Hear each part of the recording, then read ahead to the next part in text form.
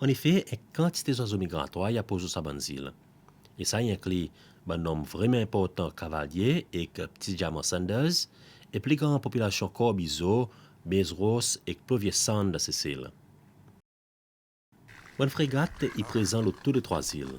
Et le St Francois, il y en a une grosse colonie foubette ou soit Fouma Rosalie. Tortis de mer et carré, ils vivent pendant bonne lance à 3 îles, et bonnes zen tortis, ils vivent de bonne nagon, côté de bonne grand la plaine, gros grand feuille, qui est un autre mansi. En plus que ça, la gogne aussi protège autres contre de gros poissons prédateurs. Groupe Alphonse est alors un endroit important pour l'environnement et la biodiversité de ces îles. Et c'est pour ça qu'il y a ici, ensemble avec Island Conservation Society, ICS, il installe un bureau scientifique là-bas depuis 2007 pour qu'il y ait un expert capable d'étudier et protéger tout l'aspect de l'écologie de ces 3 îles. Le programme de conservation aux îles et de la mer autour est approuvé et financé par la Fondation Île Alphonse, qui amène ensemble IDC, ICS, l'hôtel et le département de l'environnement. Tout client qui réside à l'hôtel y contribue à la budget de sa fondation. Pep nos guests, ils font partie de cette équipe qui peut dédier autres connaissances, patience et le temps pour comprendre et préserver tout ça bonne espèce qui peut vivre sur l'atoll. C'est aussi vraiment concerné avec l'impact qui pollution la mer et le changement climatique dans le récif de sa partie du territoire. Conservation work on Alphonse monitors and protects especially nesting sea turtles, giant tortoises, nesting seabirds. We monitor and study the coral reef and the fish population, subsistence fisheries as well. We catch some fish for our own consumption, especially for the hotel. There's a hotel that mostly run a fly fishing, a recreational fly fishing activity, so we try to understand the impacts of this activity on the island. The main threats of this island are the global warming, overfishing, pollution.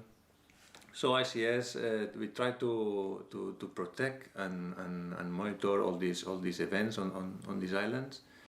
We are currently on the process of creating a terrestrial and marine protected area on the Alphonse Group. ICS, we are the implemented partner of a project run together with the government of Seychelles, United Nations Development Program and Global Environment Facilities, with the main objective of create terrestrial and marine protected areas in these remote atolls. So we are studying the status of these islands, see what is worth it to protect, and hopefully in the near future we'll bring these islands to a protected status that really needs protection. As part of the SACAP project, which ICS is leading for the tracking of the giant trevallies, we are using a method called pit tagging. And this method allows us to look at the recapture histories for these fish, so we know whether one of them has been caught before in the past. And it also allows us eventually, hopefully, to make some population estimates for the number of GTs around the Alphonse Group. So what we've been doing is working with the fishing company and training their guides in the deployment of pit tags. And as you can see, this is quite simple. This is the applicator. It just goes in on the left side of the dorsal fin. It's very quick. And once you've got the tag in there, then you can just scan the fish. And the identification number will come up on the scanner. So this way, every time that a guide catches a fish with a guest, they can just scan the fish and then they know whether this is one that's been caught before. Dans l'année 1950, un certain nombre de tortues qui sont introduits ici par l'administrateur Salitan. Plus tard, l'état centre de conservation est établi, environ 15 à 20 tortues qui ont mené sorti des roches. Et les 3 l'année passée, encore 9 sorties maïs qui viennent joindre ça la troupe aux îles. Aujourd'hui, la population de reptiles a agrandi, qui donne la joie pas juste à l'équipe scientifique qui prend soin avec les autres, mais tous les autres du monde qui d'une façon ou l'autre contribuent envers sa bon résultat. Mais pour capable de suivre le mouvement et le développement de tout ça bonne tortue qui mange tout autour des îles, un système très moderne en servant un microchip est introduit. This is our nursery where we keep our hatchlings until they reach a certain size, more than 4 kilograms.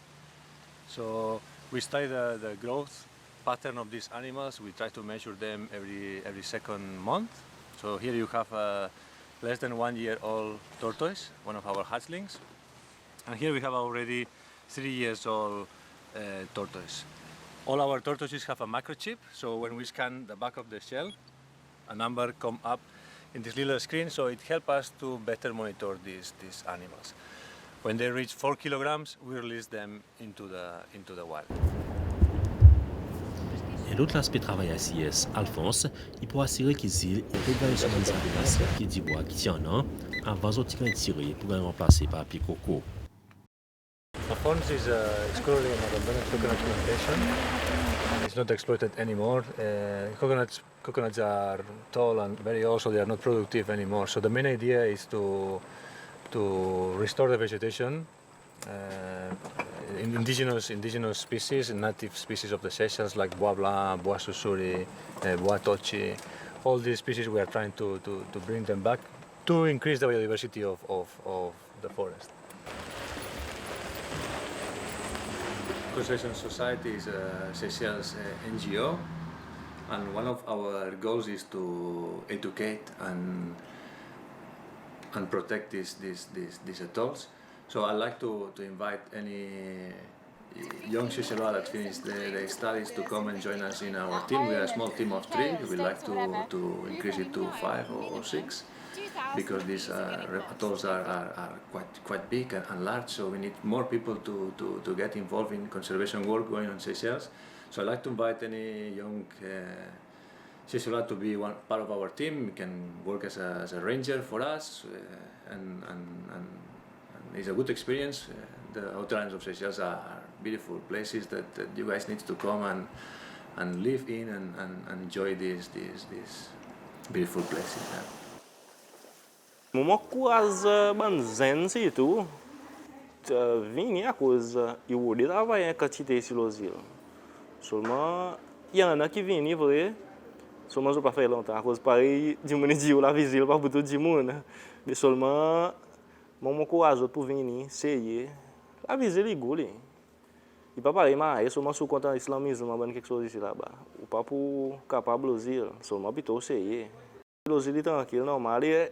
O que é importante, o café serving normal, mas eu para capaz se on é para o café serving normal. En janvier salonais, nous avons Dilis qui nous répond à l'appel. Bon, venu ici pour faire mon course Dive Master. Et même si je suis capable de faire mon course, je gagne internship ici pour pas juste faire mon Dive Master, mais aussi pour capable de travailler dans les autres activités guiding qui, par exemple, n'a pas l'omaille. Par exemple, ici, les îles éloignées, l'habitat à la marine est beaucoup plus vivant que les îles granitiques. Et si nous sommes capables de beaucoup quelque chose, par exemple, dolphins et menta, et si vous avez l'opportunité pour aller au safari, pour nager avec dolphins, nager avec menta, qui vont pas capable de faire l'omaille. Atoll St Francois commence avec l'île Bijoutier dans le nord et descend 5 km dans le sud jusqu'à l'île St Francois.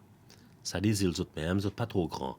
St Francois il y a une superficie de 17 hectares et Bijoutier il moins que 2 hectares. Mais ça atoll est massif. Il couvre 5400 hectares et on a mis 2 fois district Poglo là-dedans. Un tiers atoll il y a un lagon et les risques il y a un récif et un sable. Dans les passés, travailleurs qui vivent au Saint-François pour masser coco, des oiseaux et tout torti pour faire calipi et torti salé. Comme là, n'a pas personne aux îles. Et mon client Alphonse Atoll il a fait visite là-bas pour explorer son paysage unique et apprendre plus de son écologie et l'environnement. Pour les gens qui comptent observer les oiseaux, Saint-François est un paradis. Ces îles, il la plupart des oiseaux migratoires et restés pendant l'étang d'Atoll. Et pendant cette période de l'année, il y en a plus de 100 000 foubettes qui restaient dans une grande touffe pied-manglier qui poussait presque tout autour aux îles. Son grand lagon et bon bas de sable, il en doit bien populé avec bon fly fishermen, à cause d'une grande variété de poissons qui sont de la piste là. Beaucoup de de mer et carrés montent au balance St François pour pondre, et dans la lagon, nous voyons que beaucoup de tortilles viennent là pour sa protection qui s'apparaît en mer en dans récif donné. Il prend environ 10 minutes sortir de l'hôtel et voyage 5 km sud par bateau pour arriver Bijoutier. Il n'y a pas aucun développement de sa île et est accessible seulement par la marée haut. Pareil son nom indiqué, sa île est un bisou du groupe Alphonse. En effet, le plus petit île parmi sa trois et il prend 10 minutes pour faire les tours îles à pied. D'abord l'année 1990, son la forme est presque un cercle parfait. En 2006, Tiako on a un la forêt avec un grand pied coco, bois blanc, cèdre, porcé et bois cassant, entouré par du sable blanc. Mais vers 2008, c'est clair que la forme bijoutier depuis commence à changer. We've been looking at Bijoutier because it's a really interesting place for coastal erosion.